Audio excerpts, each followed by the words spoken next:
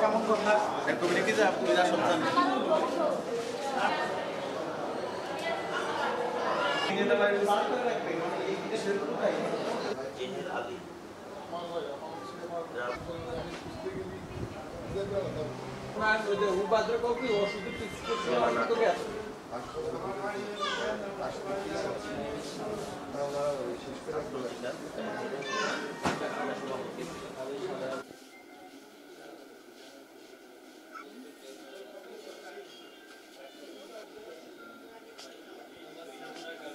আমরা তিনজন ভার্সিটি থেকে 4টার দিকে 4:45টার দিকে রওনা দিই। আমরা দুপুরে খাওয়া দাওয়া করছিলাম না, সেজন্য আমরা খাওয়া দাওয়ার উদ্দেশ্যে কাচ্চিডাইন, আপনার গোপালগঞ্জের কাচ্চিডাইনের সামনে আমরা খাবো এটা বলে ঠিক করি।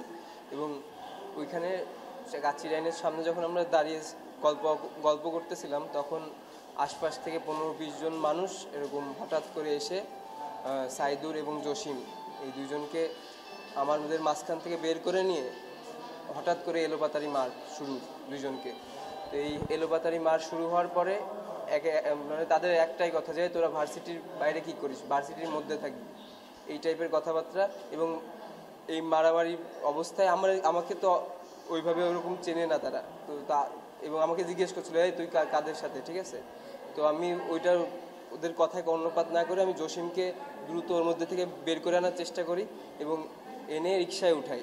এরপরে সাইদুরকে ওরা মারতে মারতে আরেক দিকে নিয়ে গেছিলো।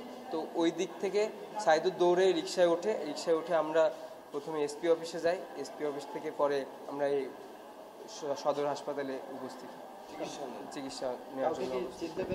না, আমরা ওই কাউকে আইডেন্টিফাই করতে পারি না এখন পর্যন্ত। আপনাদের উপরে হামলা কেন হয়েছে, এটা কি আসলে এটার আসল কারণ আমরা এখনো জানি না, যে কি কারণে আমাদের উপর হামলা হইলো। এক ভার্সিটির স্টুডেন্ট এবং তারা জুলাই আন্দোলনের একদম মুখ্য সংগঠক ছিল আমাদের ইউনিভার্সিটিতে।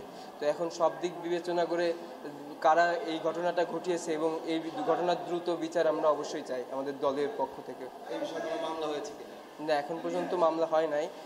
তবে আমরা প্রক্টর প্রশাসনের সাথে আলোচনা করে এই বিষয়ে কী পদক্ষেপ নেওয়া যায় সেই পদক্ষেপ নিব ইনশাআল্লাহ।